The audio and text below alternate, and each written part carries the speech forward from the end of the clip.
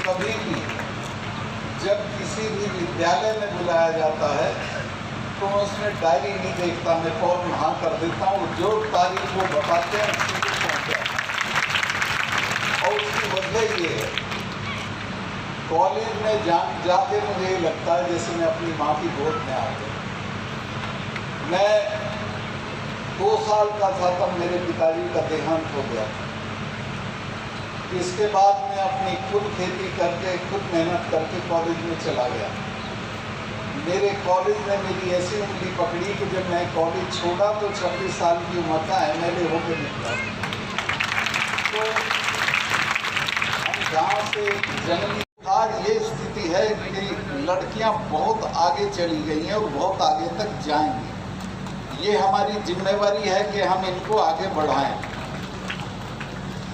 लड़की जब बढ़ती है तो बहुत आगे तक जाती है। एक मुझे किस्सा याद आता है, अमेरिका की विदेश मंत्री थी कोंडालीजा राइस।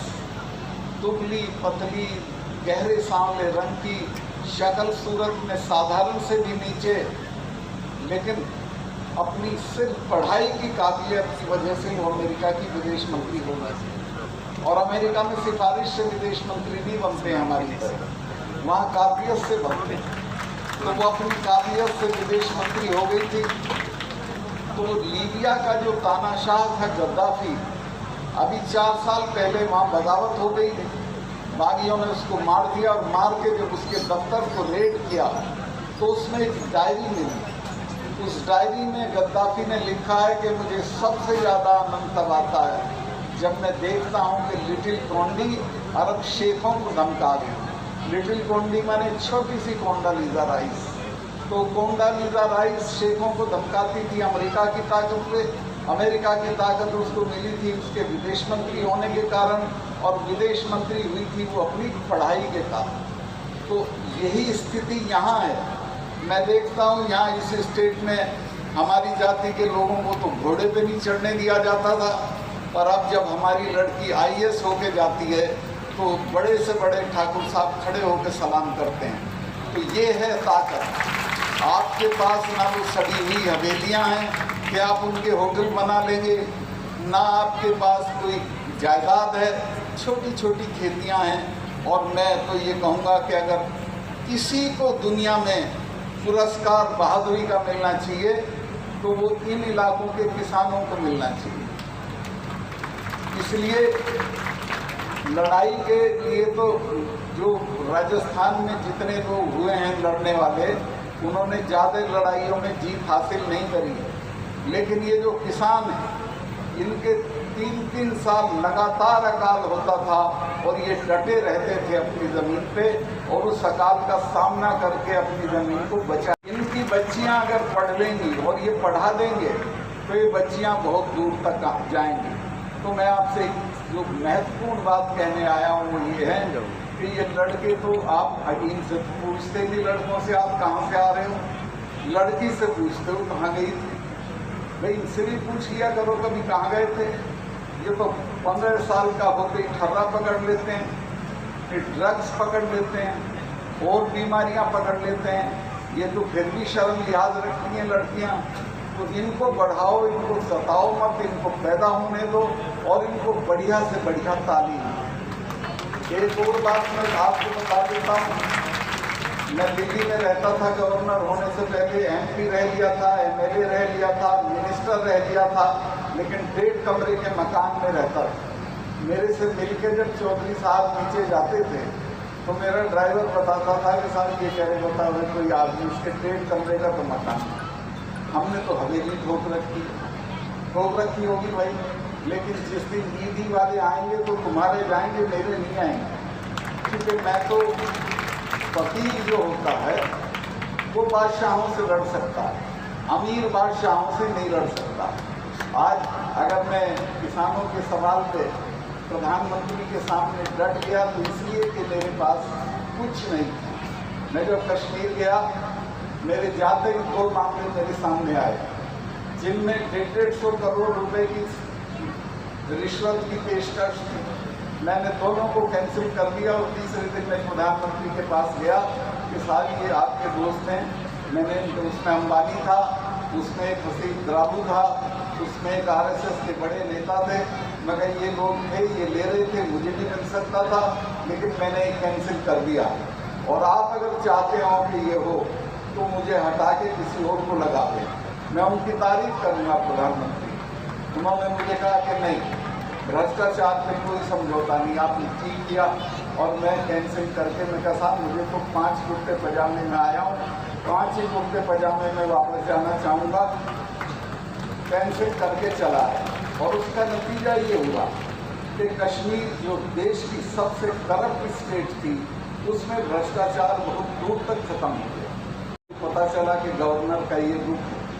तो मैं ये निवेदन करना चाहूँगा कि ये जो हवेली खड़ी करना है, ये जो काज करना है, 40-40 गांव के लोगों को खाना खिलाना है, इससे तुम्हारा दादा कोई सूरजमल हो जाएगा। इस काम को बंद करो, पैसा लगाओ इन बच्चियों की तालीम पे, बढ़िया से बढ़िया कॉलेज में भेजो, जरूरी हो विदेश में पढ़ने भेजो। और ये जब पढ़ के बड़ी होंगी और कामयाब होंगी, तब आपकी इज्जत बढ़ेगी और आपका सम्मान बढ़ेगा। तो मैं आज के मौके पे इसको सबसे महत्वपूर्ण बात मानता हूँ। जसाराम जी को मैं मुबारकबाद देता हूँ, धन्यवाद देता हूँ कि उन्होंने इतनी एक बेहतरीन किस्म की संस्थाएं खड़ी की है, जहाँ हमारी बच्चियों को पढ़ने का मौका मिल रहा है और हमारी बच्चियाँ पढ़ाई के बाद जहाँ जाना है वहाँ तक जाएंगी। तो इतना मैं निवेदन करना चाहता हूँ। इसके अलावा जो कहना है मुझे वो ये है कि यहाँ मुझे दिख रहा है कुछ किसान लोग भी हैं और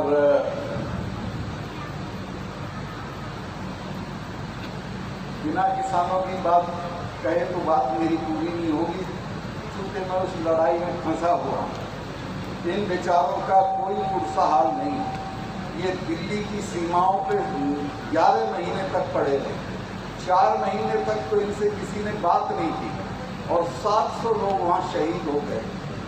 एक कुतिया भी मरती है तो प्रधानमंत्री का शोक संदेश जाता है, लेकिन इनके लिए किसी का शोक संदेश नहीं गया। तो जब मैं दुखी हो गया, बहुत तंग आ गया, तो मैं इस्तीफा जेब में रख के प्रधानमंत्री से मिलने चला गया। और मैंने उनको कहा कि साहब इनको किसी तरह निपटवा दीजिए, कुछ ले दे के हटा दीजिए, ये अच्छी बात नहीं है कि ये पढ़े। और आपको दिख रहा है कि ये किसान है, ये फलाना किसान है, ये 40-40 गांव के चौधरी हैं, इनकी 40-40 गांव की पंचायतों में बात चलती है। तो इनको किसी तरह आप इज्जत के साथ वापस कर दीजिए। उन्होंने मेरी बात को लाइट ले लिया और बोले चले जाएंगे सरकार, कोई बात नहीं है। मुझे बहुत बुरा लगा, तो मैंने उनको कहा कि देखिए साहब, आप इनको जानते नहीं, ना सिखों को और ना हमारे वालों को। ये ऐसे नहीं जाएंगे, तब जाएंगे जब आप चले जाओगे। और सिखों का मैंने उन्हें बताया कि इनके तो गुरुओं ने अपने 4 बच्चे कटवा लाल किले में चढ़े रहते थे, कभी आगरा में चढ़े रहते थे, कभी अकबर की कब्र खोल देते थे। तो ये लोग आप समझें कि ऐसे ही चले जाएंगे, ऐसे नहीं जाएंगे।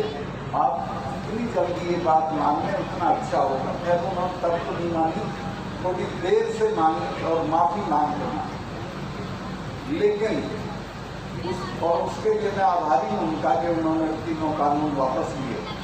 लेकिन उस वक्त जो उन्होंने वादा किया था कि हम MSP का कानून बनाएंगे, वो आज तक पूरा नहीं हुआ, ना मुकदमे वापस हुए। तो मेरा भी ये कहना है प्रेस के माध्यम से कि अभी सिर्फ धरने स्थगित हुए हैं, आंदोलन खत्म नहीं हुआ। आंदोलन अभी है और जरूरत पड़ेगी तो दोबारा होगा। इस देश का किसान दोबारा लड़ेगा और इस बार की लड़ाई निर्णायक होगी। उसमें मैं भी रहूँगा, सब छोड़ छाड़ के। और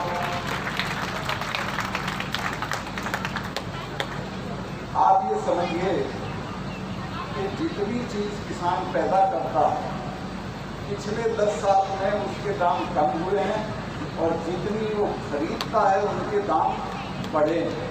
और नतीजा ये है कि उसकी खरीदने की ताकत कम हो गई। वो एक क्विंटल गेहूं में 3 साल पहले जितना सामान खरीद सकता था, आज उसका 1/3 खरीदता। लेकिन किसी को कोई परवाह नहीं है हिंदुस्तान में, क्योंकि देश दूसरे रास्ते। और मैं आपको बताऊं कि अखबार वालों को कह रहा हूँ, ये मत लिख देना कि मैं प्रधानमंत्री के विरोध में हूँ। मैं उनका समर्थक हूँ। जब वो गुजरात में थे तो मैं उन्हें बहुत पसंद करता था, क्योंकि गुजरात में रहते हुए उन्होंने MSP के पक्ष में चिट्ठी लिखी थी प्रधानमंत्री को। लेकिन ये जो दिल्ली है, ये पता नहीं क्या करती है आदमी का। दिल्ली में आके वो बदल गए, पहले जैसे नहीं है।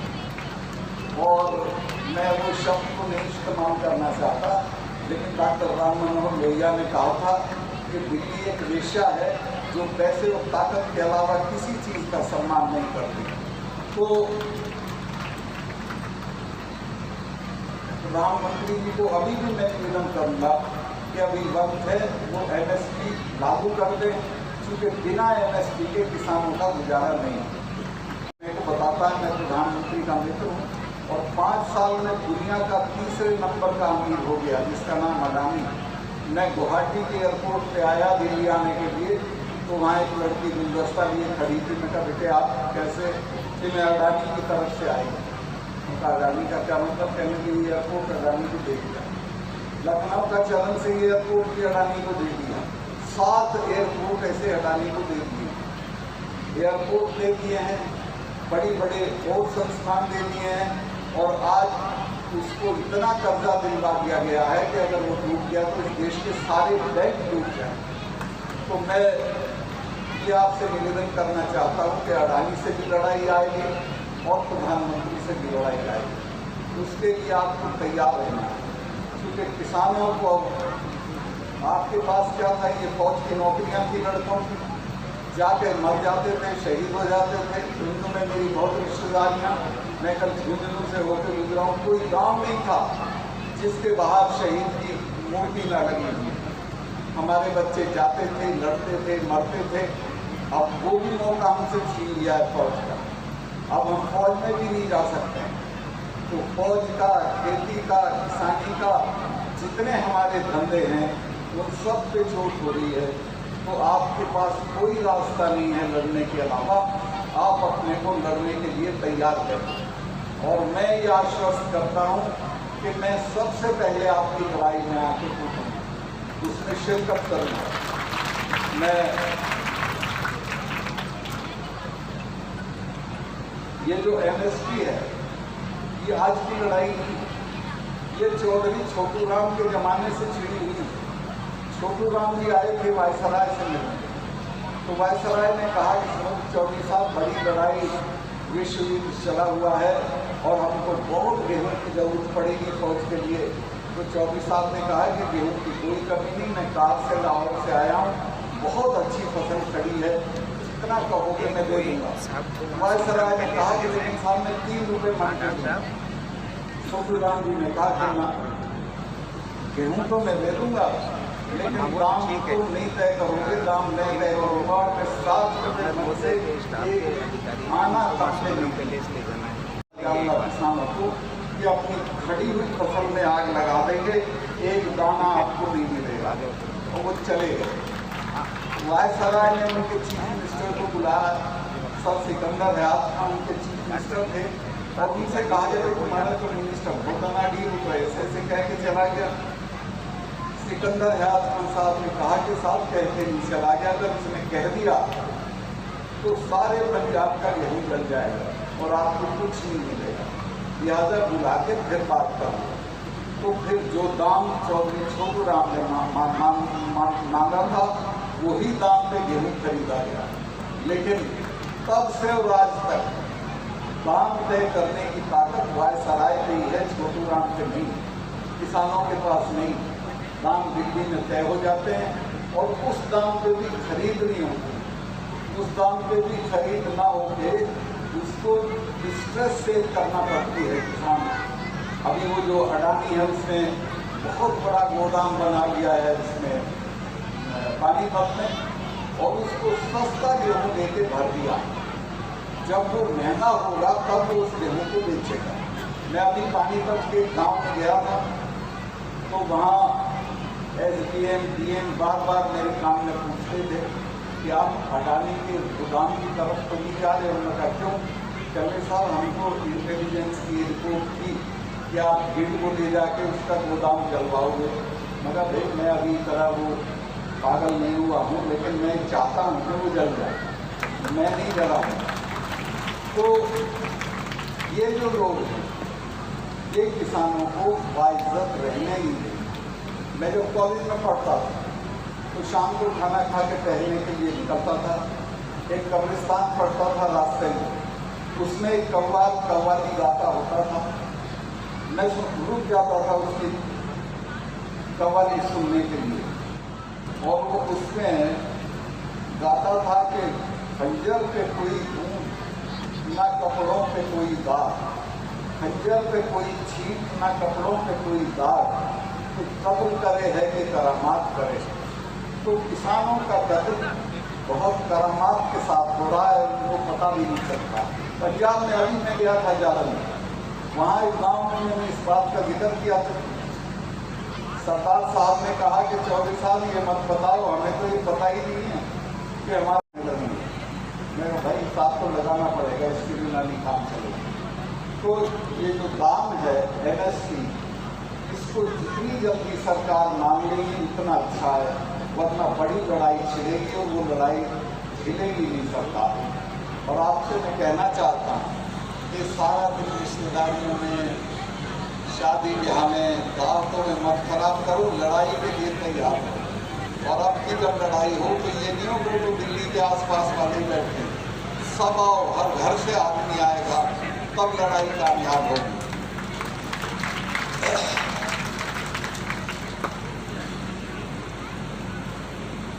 एक और बात मुझे कहनी, मुझे 26 जनवरी को लाल किले पे सरदार लड़का चढ़ गया और उसने उनका एक निशान साहब होता है जो गुरुद्वारे में टंगता, वो एक खंभे पे टांग दिया।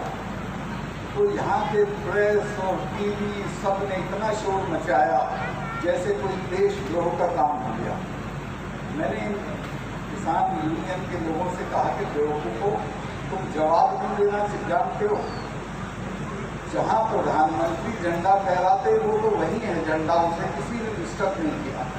और उस लड़के ने वहाँ नहीं फहराया, उसने दूर एक खंभे पे झंडा फहरा दिया। तो मैं कहा ये बताओ, जिसका गुरु तेग बहादुर, उसकी गर्दन लाल किले के दरवाजे पे काटी गई थी, उसकी औलाद को भी झंडा फहराने का अधिकार नहीं। देश में अगर प्रधानमंत्री के बाद किसी को झंडा फहराने का अधिकार है तो वो सिख भाइयों को, और उसके बाद अगर किसी का है तो वो हमारे वालों को भी तो कई बार चढ़ गया है लाल किले पे। ये अकबर की कब्र खोल दी थी, उसका दाह संस्कार कर दिया था, तो मैं कहा इनका भी अधिकार, बाकी किसी का नहीं। तो मैं बहुत लंबा हो गया, इतना लंबा बोलने की जरूरत नहीं थी। कुछ लोग मुझे मशवरा दे रहे थे कि नशे पे भी बोल दो, नशे वालों को क्यों है अपने खिलाफ करो, ये तो मानेंगे नहीं, ये तो रास्ता पकड़ लेते तो पकड़ लेते, बर्बाद जब हो जाएंगे तब इससे छूटेंगे। जो तो अच्छा रहेगा और जितनी जल्दी निकल जाओगे उतना अच्छा रहेगा। मैं कॉलेज में जब पढ़ता था मेरे साथ जितने प्रेसिडेंट चुने गए उनमें से आज एक भी जिंदा नहीं है, संभव। आखिर में अब जो मरा है उसका नाम था तेजपाल सिंह। मैं उसकी 13वीं पे गया तो वहाँ वो आदमी जो हमारे हॉस्टल में बाल काटने आता था, रामपाल उसका नाम था, वो भी आया। मैंने उसको कहा रामपाल भाई अब तो मेरा भी नंबर आ गया है तो सब गए। उसने कहा कि नहीं आप नहीं मरोगे। मैं कहा क्यों? कहने लगे ये मौत से नहीं मरे, ये तो दारू से मरे। सब शराब पीते थे, सबके लीवर खत्म हो गए थे और सबके बीमारियां हो गई थी, सब उसी में चले गए। तो ये अपनी उम्र को खत्म करना, अपनी लाइफ को खत्म करना, अपने बच्चों को खत्म करना, ये कोई अच्छा काम नहीं है। इससे बचे रहोगे तो अच्छा। दूसरे जो कुरीतियाँ आपके यहाँ का मुझे पता नहीं, हमारे यहाँ तो शादी में 4 खंडे की गाड़ी मांगते, 20 लाख की, 30 लाख की, 40 लाख की गाड़ी आती है, तुम आपको दहेज क्यों लेते हो? लेकिन लेते हैं। लड़की अगर आपके है तो आपको पहले तो वैसे ही अच्छा लड़का नहीं मिलेगा। मैं मेरी रिश्तेदार लड़की है, उसके लिए लड़का ढूंढ रहा हूँ, मेरी निगाह में ही नहीं आता। पहले तो ऐसा नहीं मिलता जो दारू नहीं पीता हो, फिर ऐसा नहीं मिलता कि जो काबिल हो, अच्छी नौकरी में हो। तो ये जो मांगते हैं इसको भी रोकना पड़ेगा। बच्ची आपके यहाँ अभिशाप ना बने, को दिखाने के लिए भी आपको 50 लाख रुपया खर्चा करना पड़े, ये बुरी बात है। दूसरे में फिर निवेदन करूँ कि जो गया था मैं वही गंगानगर, वहाँ को चौधरी लोगों ने कहा तो ये तो कह के जाओ, आदमी घर में 2 हैं और 15 कमरे का मकान बनाते हैं। मतलब ये इनकी शान के लिए है, यानी इसमें क्या शान होती है?